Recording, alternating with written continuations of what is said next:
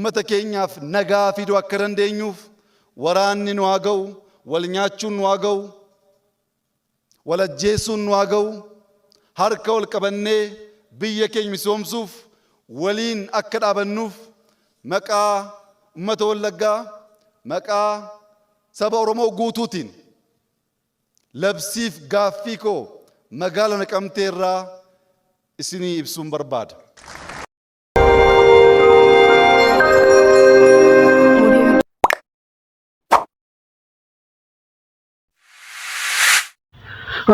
waan ajaa'ibaati akkanatti namni yaa'a jedhee hin eeyne namuu jechuudha. Amma overview akkasitti agarsiisaa jiru kun xayyaara isaan deemanii ittiin dhufanidha kun jechuudha. Bakka kanatti xayyaara agarsiisaa jira.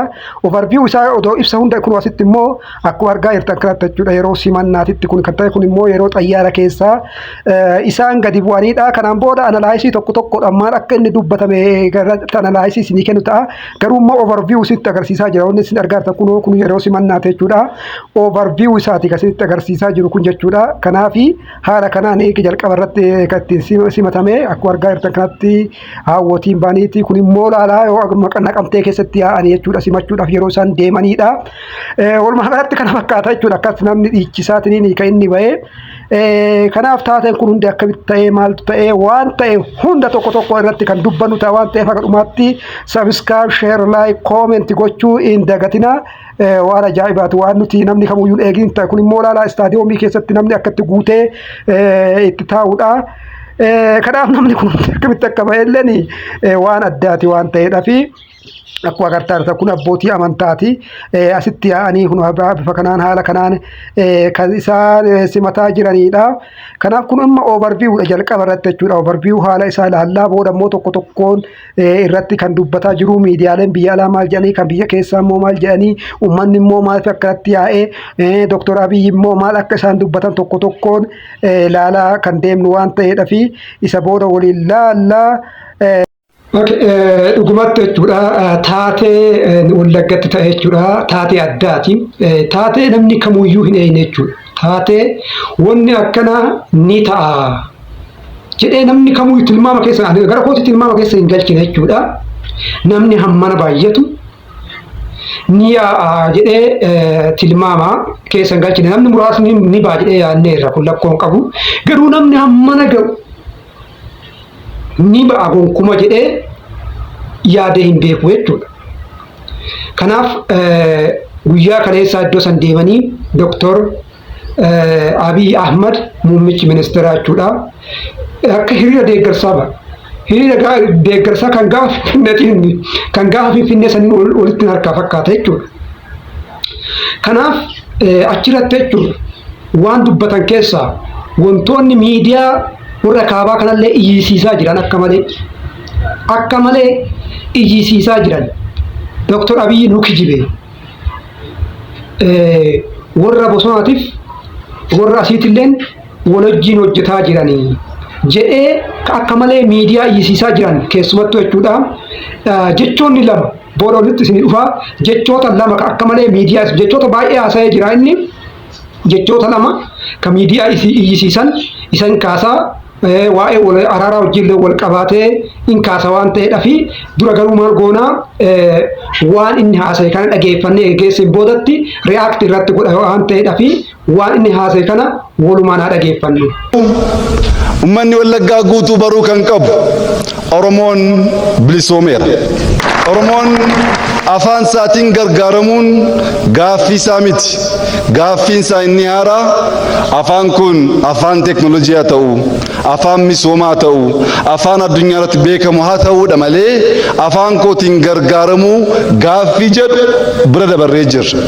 Oromoon gaaffii abbaa biyyummaa, gaaffii ofiin of bulchuu harree hin qabu. Aarsaa qaalii kaffalee, ijoollee kichuu kaffalee, didee dhiiga isaaf lafee isaatiin abbaa biyyummaasaa ofiin of bulchuusaa dhugoomsee jira. Gaaffiin kun darbee jira. Gaaffii kanaaf hin qabsoofnu. Ofiin of bulchuun qofti gahaa hin ta'u. misoomuu qabna, jijjiiramuu qabna. Ijoolleen keenya lafa keenya gurguruu hin qabani, hattummaa babal'achuu hin qabu. Waaqa isaanii sodaachuu, ummata isaanii kabajuu, tajaajila haqaa kennuu qabu. Gaaffii jedhu immoo har'as qabna. Kanaaf garuu du'uun nun barbaachisu.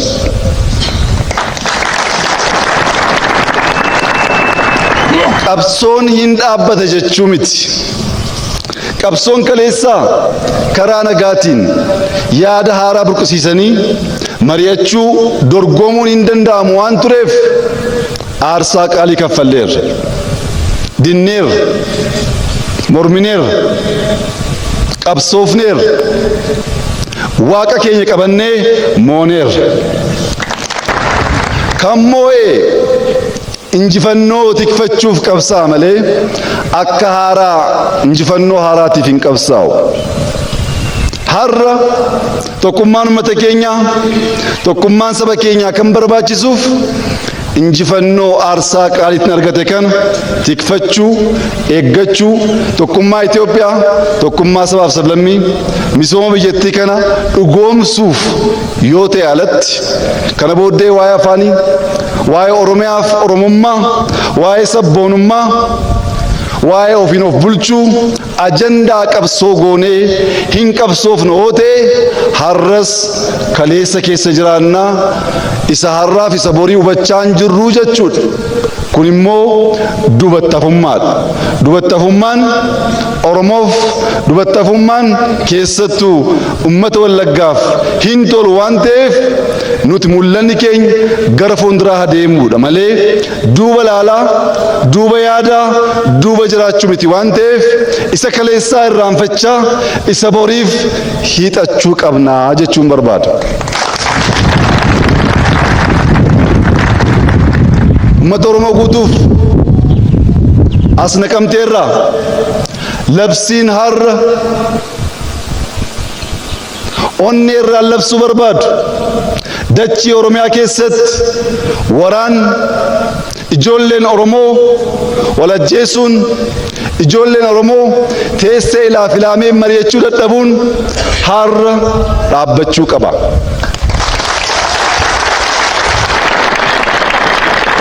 Yaa sabaa, diinaan gowwoomuun, ajandaa diinaatiin wal qooduun nu haa ga'u. Nuti Oromoon waliin teenyee ilaafilaamee mari'achuuf hin rakkanna. Garuu immoo diina Oromoo wajjin mari'achuuf, diina Oromoo wajjin tarsiimoo baasuuf, diina Oromoo wajjin tooftaa garaagaraa fayyadamuuf hin rakkannu. Oromummaan akkasii eessaa ba'e? Okay, akkuma dhageettan kana jechuudha. Wantoonni ani akka dubbii kana keessa akkas waan baay'ee isaan haasaan keessaa tokkoffaa bilisoomnee jirra kan jedhudha. Bilisoomnee jirra kan jedhu irratti nan dubbadha. Lammaffaa immoo warra waggaa 100 nu mo'ate, 150 nu mo'ate, waggaa 100 nu mo'ate kan jedhee deebinee qabsoofnee mo'annee jirra kan jedhudha. Itti aanee immoo uummanni kun hundi akkamitti ba'e kan jedhu irratti dubbadha jechuudha. Bilisoomnee jirra kan jedhu kaasa jechuudha Dr. Abiy achi keessatti. Maal jedhee gaafa qabsaa'uun nu barbaachisutti, gaafa humni nu barbaachisutti, gaafa tokkummaan loluun nu barbaachisutti, gaafa alagaan nu gabroomsetti, gabrummaa alagaa san dadhabnee kaanee qabsoofnee alagaa nu gabroomse sanillee ofirraa buufnee jirraa jedha. Kontekst jechuudha. Kun ani immoo akka inni jedhe tokko wardi baay'ee wardi odoo hin taane wanni inni jedhe akkas of keessaa qabaata. Waan inni jedhe jechuudha. Pliis asitti warri hubachuu qabdani ani siyaasa kamiyyuu hin deeggaru. Waan namni jedhee fi dhugaa jirtu san irratti riyaakti godha malee siyaasa kamullee hin deeggaru jechuudha. Siyaasa kamullee hin deeggaru kan akka naa beektan hin barbaada. Kanaaf qaama bilisoomnee jirraa jedha. Kanaafuu inni waa'ee ofiin uf bulchuu gaafachuu hin qabnu. Waa'ee afaanii gaafachuu hin qabnu. gaafin kun gaafii deebi'ee waa'een afaanii gaafii deebi'ee waa'een ufiin uf bulchuu gaafii deebi'ee amma gaafii ta'uu hin qabu. Gaafii taanee goone dhiyeessina taanan immoo inni kun duubatti hafummaadha. Maali waan jedhe kaasee jechuudha. Kana inni kun dhugaadha. Gaa tokko yoo kanaan du'ettu qabsoowee qeerroon qabsaa'ee jira. Wayyaanee irraa buusee jira. Kunumaa waan haalamuu miti jechuudha. Waan haalamuu miti jechuudha. Waanuma dhugaa lafa jiru eenyullee ragaa ba'uu danda'udha. Garuu ammas keessatti jechuudha xiqqoo isheen kana gannoo ta'u waa'ee ofiif bulchullee rakkoo hin qabu. Oromiyaa miti amma biyyaayyuu sadarkaa biyyaatittuu waan barbaadellee abbaan barbaadaa jedhu akka barbaadetti abbaan barbaadaa haa hiikkatu Oromootu bulchaa jira sadarkaa biyyaatittuu innillee rakkoo hin qabu. Garuu amma akka gaafitti iddoo kana keessatti kan kaasu waa'ee afaanii wal qabateedha jechuudha.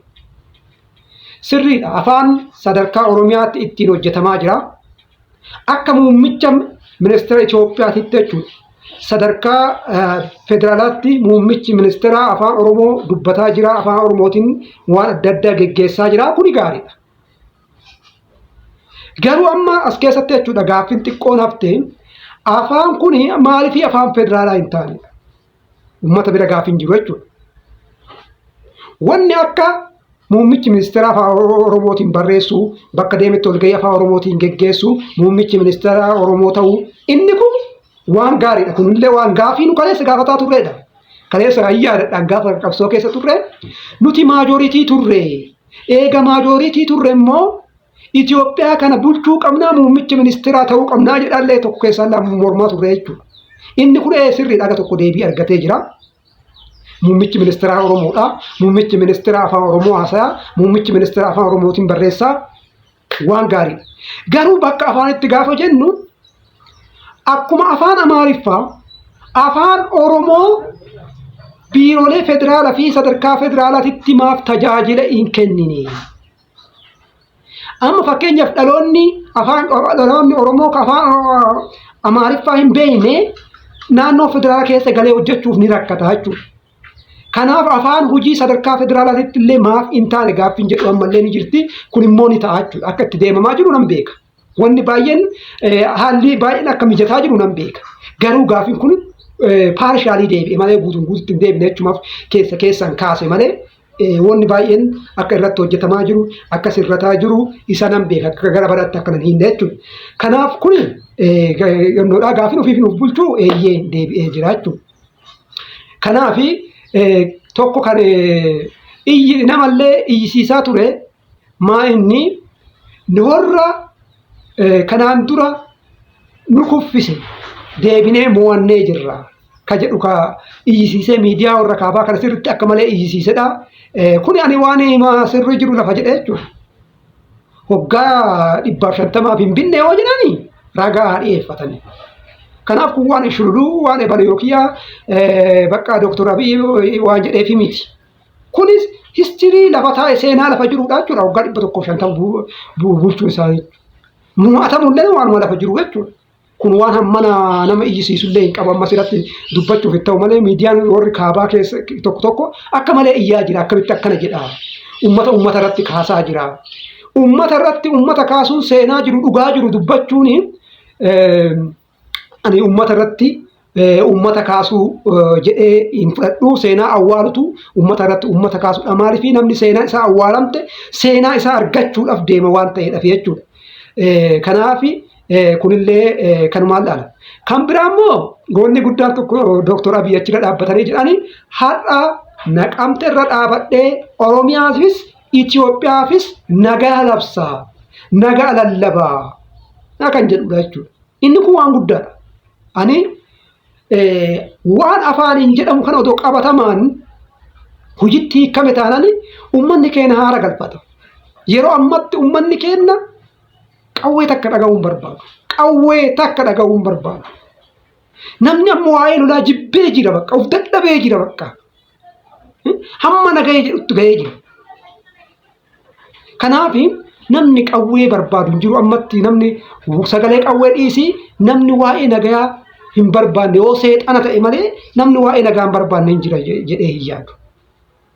Labsii akkasitti labsan kun dhugumaan gararraa labse jedhee jira beeki. Doktor Abiy ka kijibaa ka duraanii san osoo hin taane gararraa labse garaa kiyyarraa labse dhugaadhaan dubbadhe nagaatu barbaadamaa jedhee jira. Isa kana immoo qabatamaan arguu barbaada jechuudha.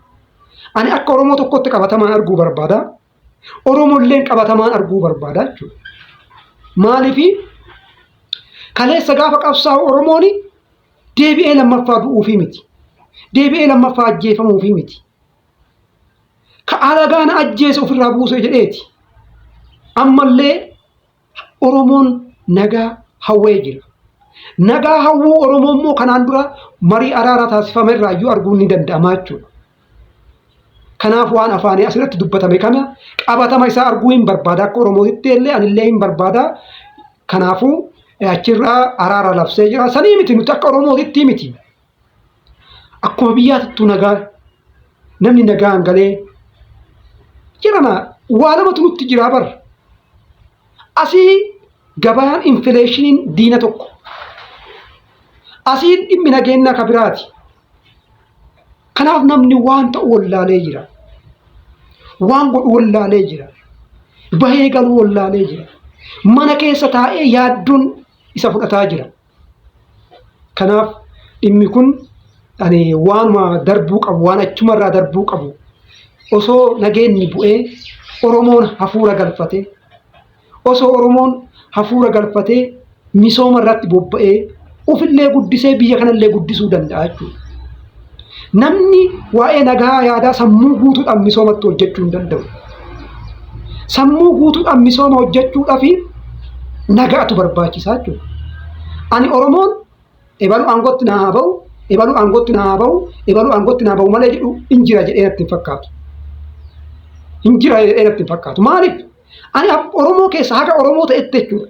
Godina barbaade keessaa, amantii barbaade keessaa aangoo haa qabatu. Anaaf mirga koo naa haa eegu, amantii koo naa haa kabachiisu, biyya haa misoomsu.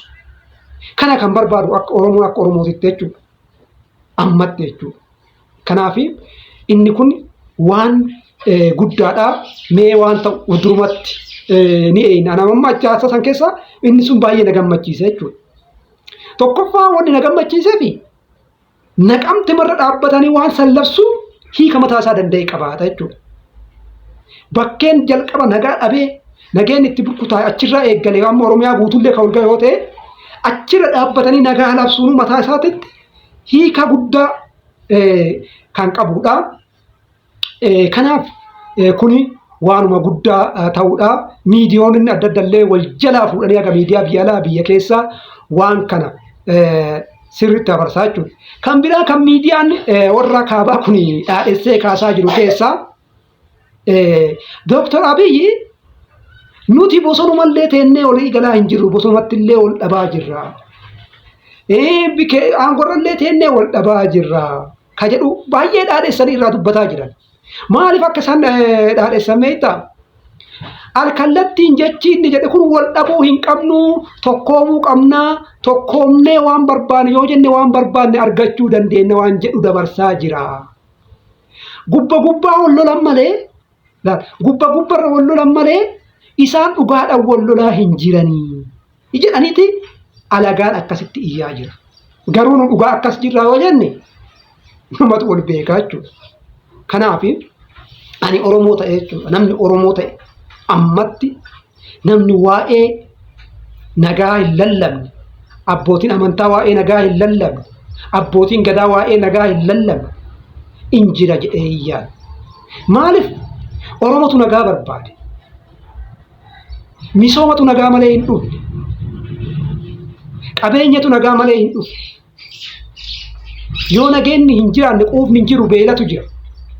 Beelli yoo jiraate immoo jiraachuutu hin danda'amne jechuudha. Kanaaf namni hunduu nagaa labsaa. Kan biraa gaafii kan namatti ta'u uummanni kun akkamitti yaa'eedha amma dubbisaa. Implikeeshiniin guddaan jiru uummanni kun maaf yaa'e? Uummanni kan baay'ee nagaa barbaade bakka naannaa siinqii namni bakka lola jibbee bakka kana beekamuu qaba jechuudha. Amma namni lola jibbee bakka. Ani deeggarsa qofa natti hin fakkaatu. namni nagaa barbaada. Mee uguma sababa nu baane kanaan nageenya wayii nu dhufinnaa laata? An akkasitti sababa nu gadi baanee jenne kanaan uguma duuta wayii nurraa dhaabbatetti nageenya wayii nu dhufinnaa jedheeti gadi ba'aa uummanni. Malee waan biraa waan implikeeshinii biraa of keessa qaba. Uummata kana ga'ullee namni dogoggorsee uleelleen baasee akka namni hayyoonni tokko durgoo barreessanii fi baasan natti fakkaatu dhugaa jechuudha. Ta'in ta'a ani amma uumaa keessa hin jiru jechuudha. Siyaasa tokkollee hin deeggaru. Garuu immoo namni ammas baay'atu durgoo kafaluu dhiisi yeroo ammaatti Itoophiyaan hojjetaa mootummaatti durgoo miti mindaa kafaluu dandeessi. Mindaaf rakkataa hin jirtu. Kanaaf kana nama karaa hundaa durgoo kaffalti biyyattiin tun taanaan Ameerikaan garaagarummaa hin qabaattu jechuudha. Hin ta'u natti hin fakkaatu jechuudha. Meebii ani nama tokkotu barreessee hayyuu baay'ee kabajuudha. Garuu ani hin ta'u uummatallee tuffachuu fakkaata. Uummatallee tuffachuu fakkaata. Akkuma isin jedhan waan deeggaru isin jedheera. Garuu uummanni amma naga kun durgoo qoodamee fi baa'oo jedhamu tuffii uummatallee fakkaata jechuudha. Meebii namni sun yoo waan barreessisan hin kaafne guyyaa biraa reaakti irratti godha. Isin himeera please odi koomentii goota ani poolitikaa kamirraa yuufreedha. Poolitikaa kamuyyuu hin deeggaru. Garuu immoo bakka dhugaan jirtu waan jedhame waan sirrii jedhame waan sirrii hin jedhamne ni dubbadha jechuudha. Kana alatti ani kan deeggaru diimokiraasii nagaya. Siyaasa kamuyyuu hin deeggaru harka keessaa hin qabu jechuudha. Wannummaan balaa fide hundi keenya deemnee siyaasa tokko garee siyaasa tokko galleetii ibidda afuufnaa jechuudha. Sun nun baasu yoo dandee warri siyaasa garee siyaasa qabu haa deemu warri asillee siyaasa qabu haa deemu garuu immoo namni keessaa jiddu galeessa ta'ee dhugaa dubbatu jiraachuu qaba beeki biyya tokko keessatti waan sadi gareen lamaa jiraate garee tokko garee tokko jiddu galeessi immoo jiraachuu qaba kan nama dhugaa deeggaru jechuudha. Namni dhugaa jiru yoo akkas taane baalaansi ta'u beeki. Amma Oromoon kadhabe waan akkasiiti. Hunduu gara gamanatti garee tokkotti jiree namni jiddu galeessa baalaansi ta'eetiin dhugaa dubbatu dhabame jechuudha. Kanaaf baay'ee natti tolee waan ta'u immoo waan dhufu immoo ittuma aansinee kan waliin laallu ta'a galatoomaa ulfaadhaa subscribe share like comment gochuu hin dagatinaan jedha. Nagataa.